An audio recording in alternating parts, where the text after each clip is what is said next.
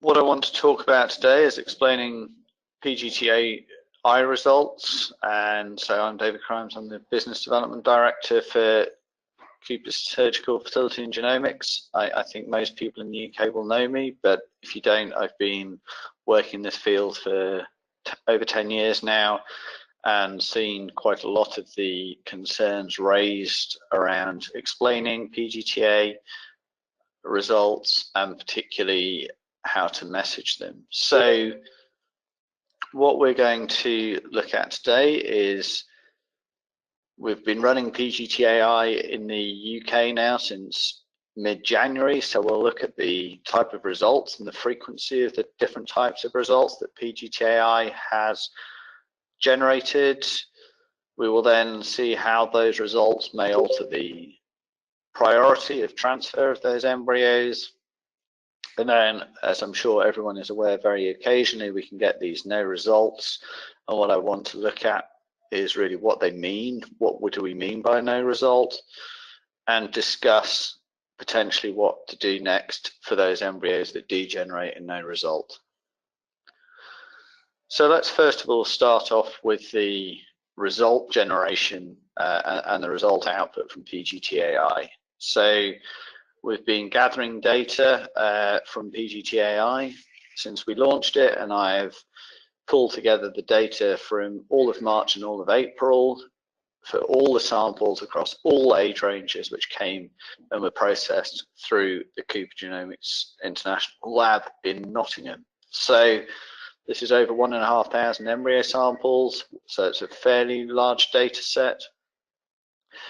The one thing I want to stress is that our euploid rate, so these are embryos which are being reported as clearly euploid, is now at 39%. So of every, basically 10 embryos out of every 100,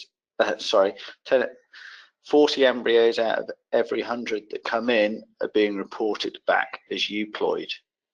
To put that into perspective, when we were running the Mosaic assay, this number was about 33%. So PGTai is delivering, through more sophisticated algorithms and more sophisticated analysis, the confidence that an extra 6% in absolute terms or 18% relative terms, more euploids available for transfer. And that's a great message for the clinics and a great message for the patients.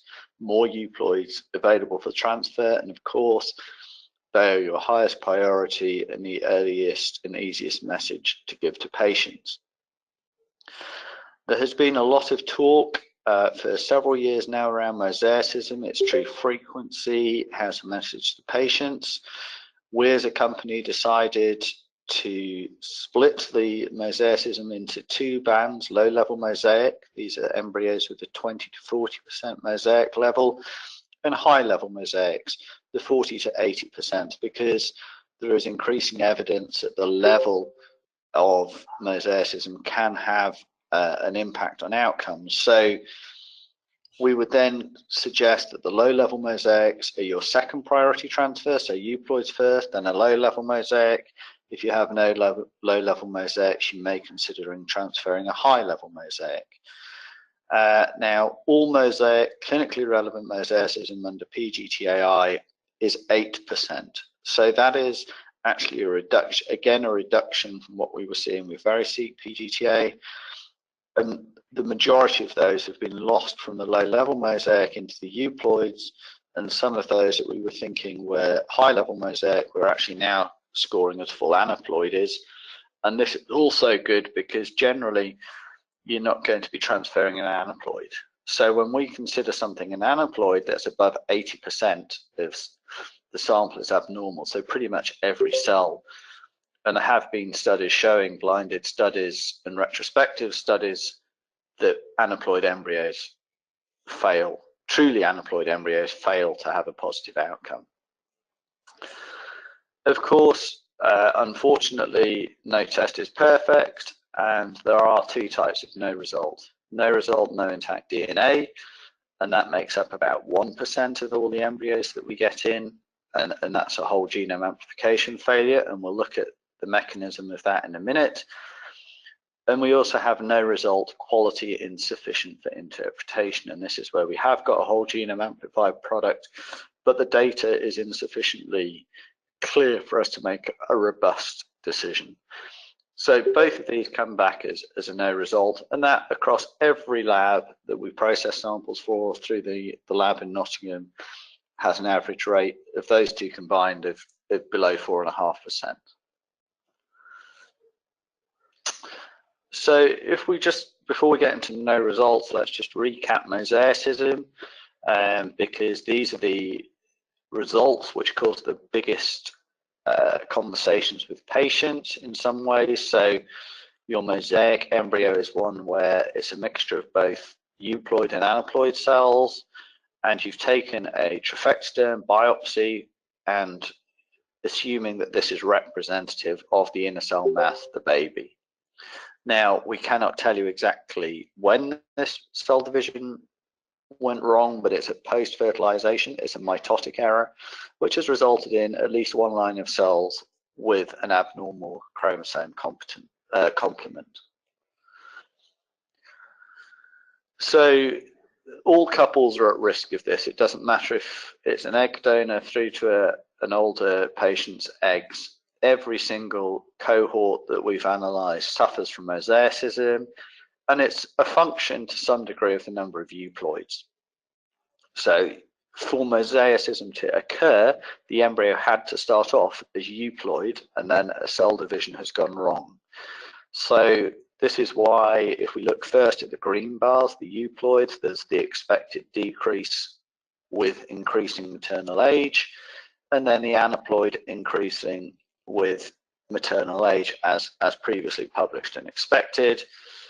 And then we have these purple bars in the middle with percentage of mosaicism, and this drops as an overall percentage of embryos, but not really relative to the number of euploids.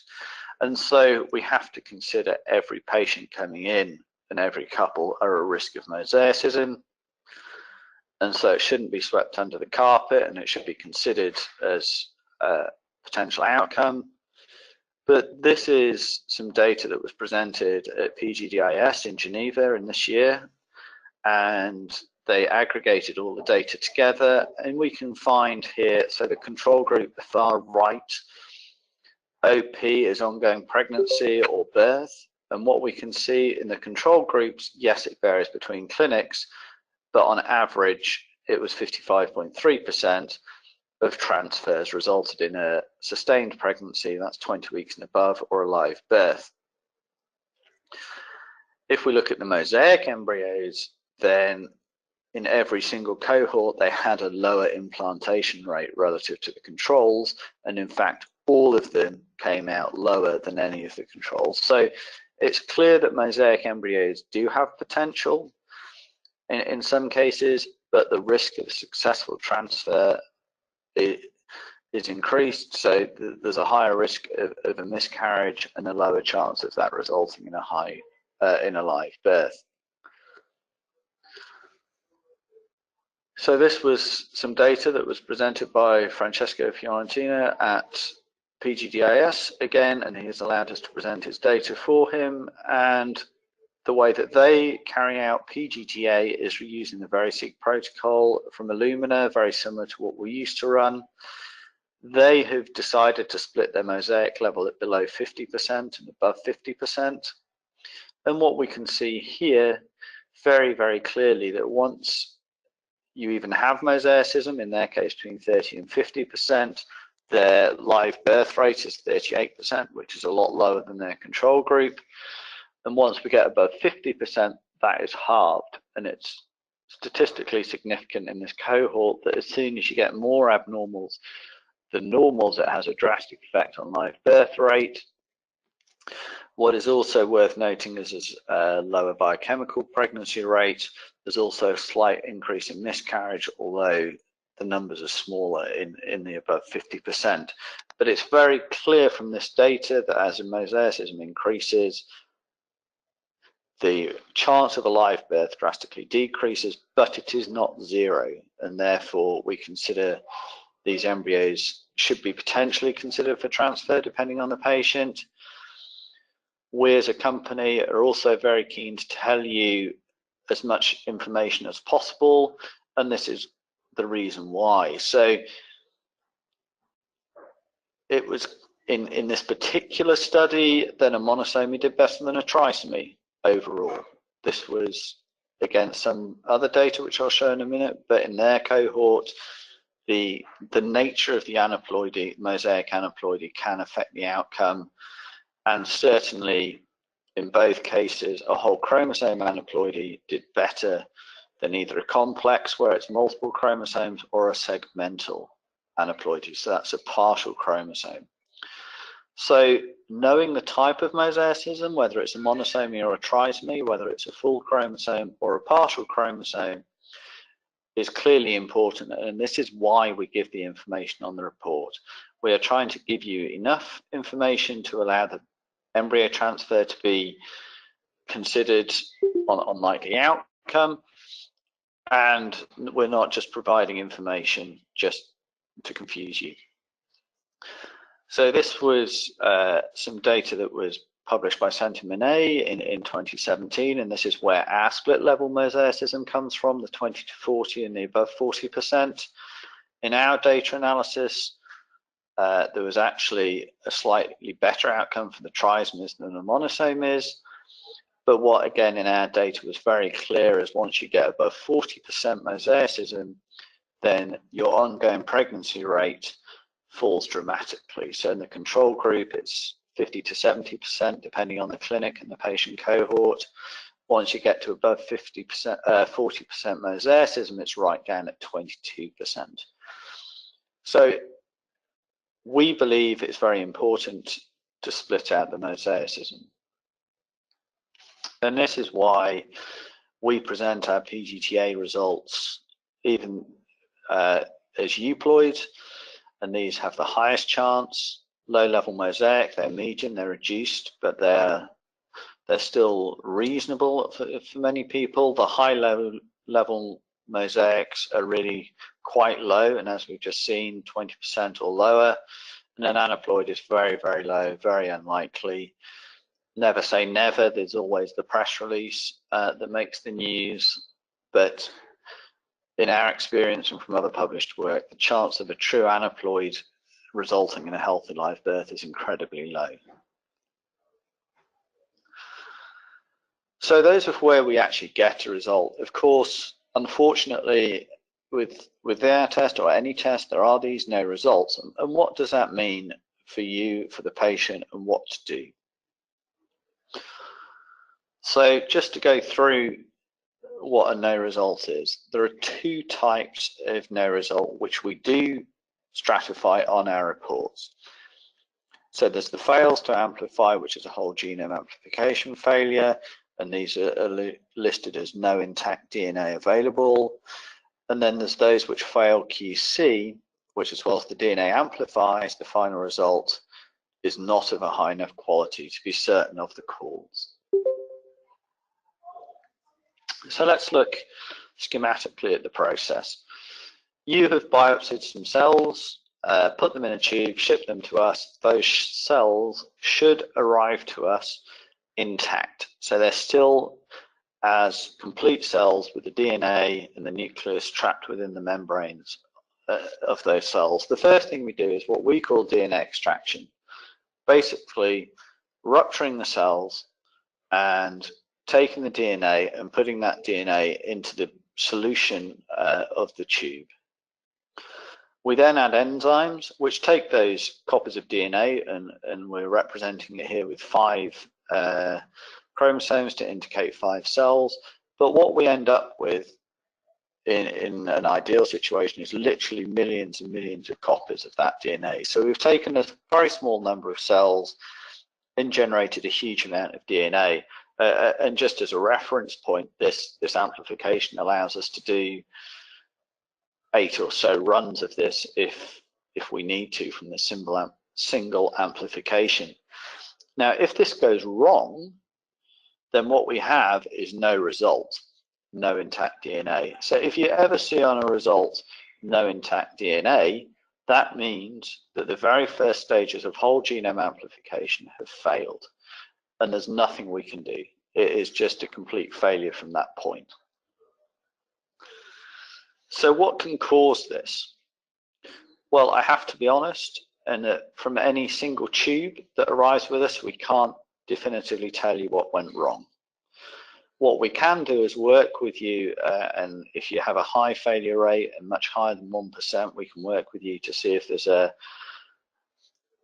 systematic error that's happening within the tubing. But basically, it's likely to come down to the cells are not placed properly in the tube after biopsy. So I know these are generally witnessed or even double witnessed, but very occasionally, even though you think that you've put them in the biopsy buffer correctly, sometimes there's a very small bubble gets introduced and the cells get trapped in this bubble and not coated in the buffer properly. Sometimes the cells can get trapped in the pipette and set back up into the pipette when the biopsy pipette is removed from the tube. Again, this would normally be caught in a visible check, but it still remains an option. So the other thing to bear in mind, and anyone who's done a biopsy will of course seen this, is that basically embryo cells are sticky and they clump together, and very occasionally we believe they can stick to the tube during transport. So the tubes are plastic, the cells are sticky, you've washed them, there's stuff in the buffer to try and stop this happening, but basically very occasionally we believe that sometimes the cells bind to the plastic and make them unavailable for amplification. So just to be clear, we cannot categorically state an exact cause for each individual biopsy. Again, one thing I would say is this happens at the tubing stage. If there was a lab error in the amplification, the way we control for this, we would see it across multiple samples and multiple times. So these are for the one-off events. Presuming we have generated a whole amplified product, then what we would do is sequence these, and we have a million or more DNA sequencing reads, which we then align to the human genome sequence, the baseline understood genome sequence. And what this does is allows us to snap that small fragment of DNA to a genomic location. So we know each fragment, say, lives on chromosome 1 or 2 or 3, etc., and we stack them all up. And then we align them. Now, this is sequencing. We're using a sequencer to basically copy and count fragments. We're not sequencing to find specific gene mutations, but you would appreciate, I'm sure, that you need a certain number of these sequence tags to be able to accurately count what is truly going on. So we have thousands of DNA fragments on each chromosome. And the idea and the nature of this is by counting these tags, we can tell you whether there's 1 copy or 2 copies or 3 copies, or indeed for mosaicism, whether you've got somewhere in between. If we don't have enough of these sequences aligning to the genome, or they become very randomly distributed, then we end up with what is called a quality insufficient for interpretation. So this is very important because it doesn't mean that we haven't got whole genome amplified DNA. What it does mean is that we as a company are not prepared to robustly call that sample and potentially give you the wrong result, because that has consequences for transfers and potentially either transferring an aneuploid embryo, which is truly euploid, or calling something euploid, which is aneuploid, which would then have potentially bad outcomes. So if we think about it at a more literal level, and we think about it, instead of being sequencing data, let's talk about handwriting instead, something we all know. We can read our own handwriting, but quite often we can't read other people's. So here is just a very quick squiggle on a line. We can see that somebody's tried to write something, but we have no idea what it is. So this would come back from a sequencing term as a QC fail. Everybody can see there's something there, but you're not going to try and tell me you can understand what I've actually tried to write with any degree of accuracy. In another example here, we have at least some of it we can begin to work out is Cooper, but what the second half is, it is still uninterpretable. It's still just a squiggle. We would still report this as a QC fail because we cannot accurately read the second half of the data, or in this case, the language. So humans are very good at trying to best guess, make pattern recognition, etc., and try and give an answer which they believe is to be the most likely. And humans tend to interpret noise as aneuploidy. If it was a good quality embryo, it wouldn't give me a noisy outcome. I should call noise as aneuploidy. We don't believe that that is the correct answer, and we'll come to that in a minute as to why. But basically, humans are driven to give answers to people. Once the data reaches a certain level, then we can start to interpret accurately, even if it's not perfectly. And so this would be a QC pass, interpretable data, and we can report that with absolute confidence that we can understand what's going on. And what you will generally see in presentations by companies and by people who sell PGTa is what I've written there is kind of like brochure quality data, which is perfect data. Nobody would have any issue with reading that and reporting it. However, we live in the real world, so we tend to be more on the kind of the third one down, the QC pass, interpretable, where we want to report with confidence. So what can cause this? And again, it's hard to be absolutely certain for any given embryo biopsy, but tubing of cells. So you're tubing cells into 2 microliters of biopsy buffer. That's a very small volume, and it's hard to tell by eye whether it's 2 microliters or 4 microliters.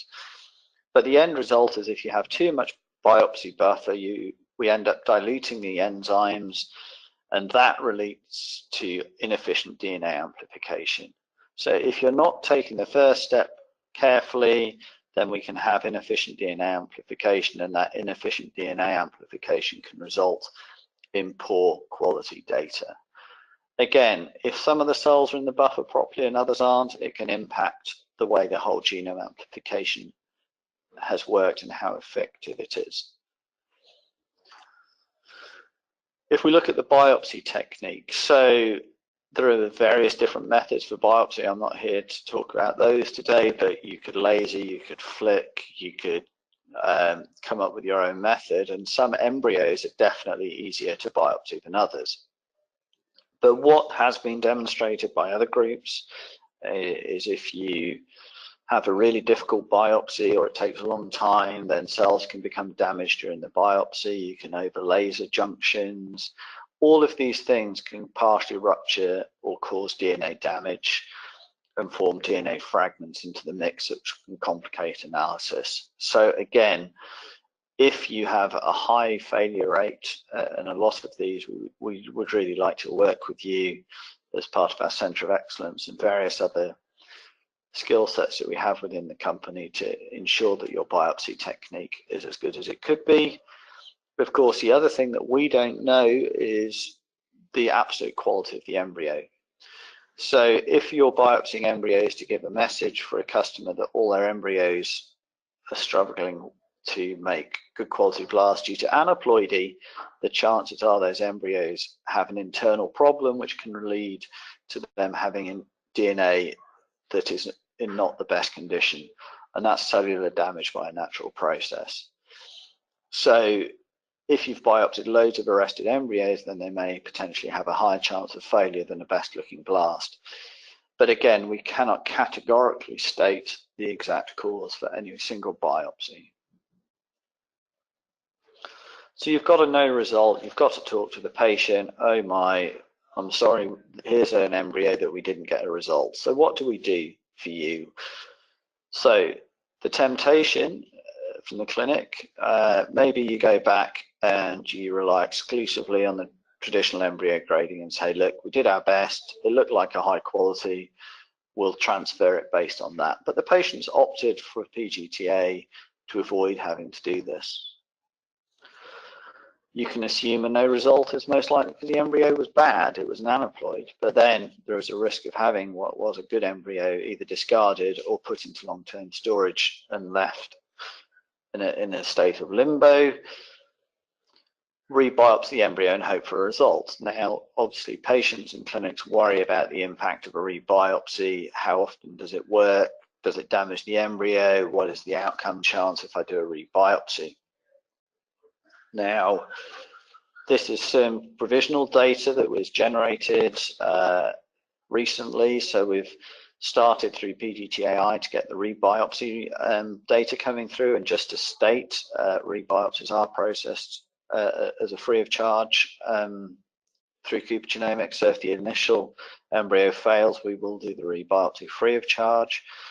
And I really think I want to highlight here that from our data, then what we're finding is these QC fails, and nearly 50%, just over, they're coming back as euploid, and only 25% roughly are aneuploid.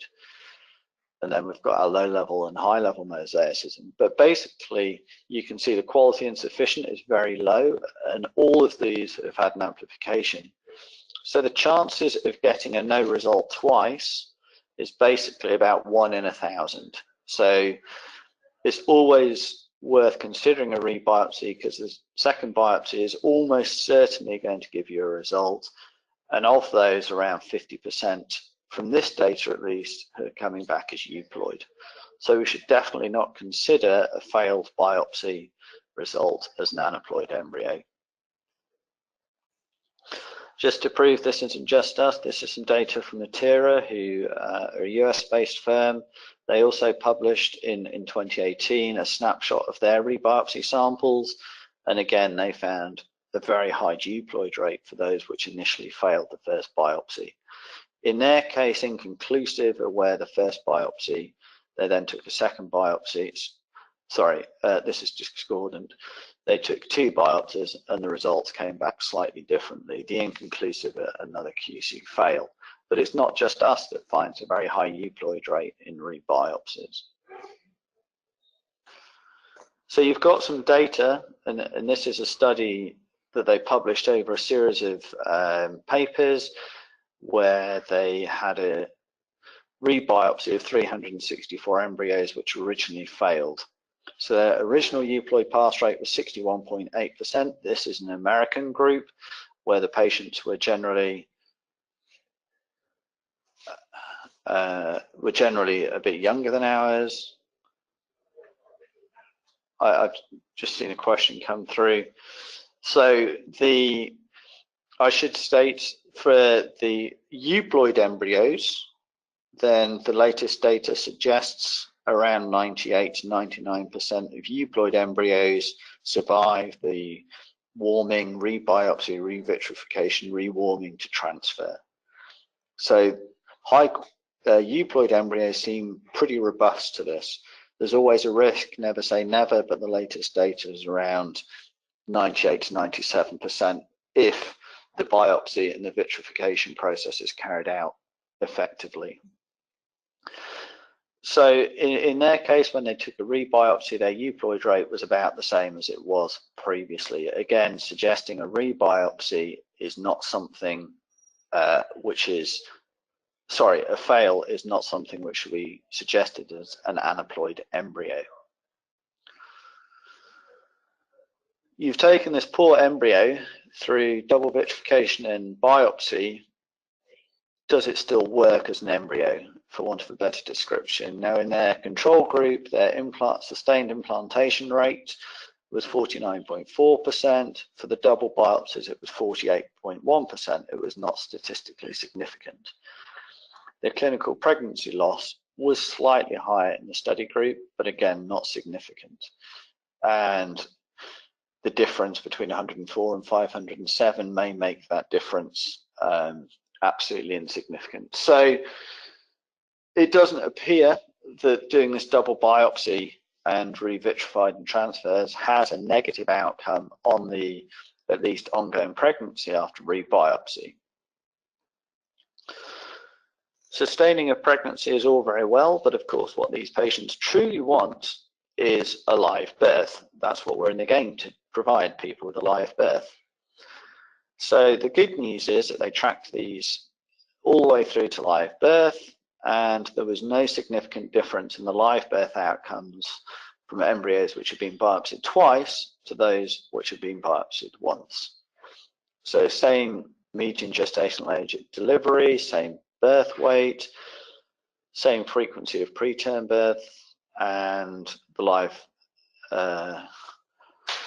So all of these were absolutely concordant and suggests that the rebiopsy in itself is not detrimental to the outcome of that child. However, there is another, for the sake of balance, there's another group, and this was a group in Australia who control group was a fresh biopsy, then they vitrified, warmed and transferred. So your typical wait to day 5, day 6, do the biopsy, freeze and then transfer. That obviously had the largest number of patients in it. In group 1, they vitrified first, then warmed, biopsied, re-vitrified, warmed and transferred. So these were for patients who didn't initially want PGTa, but then decided they did.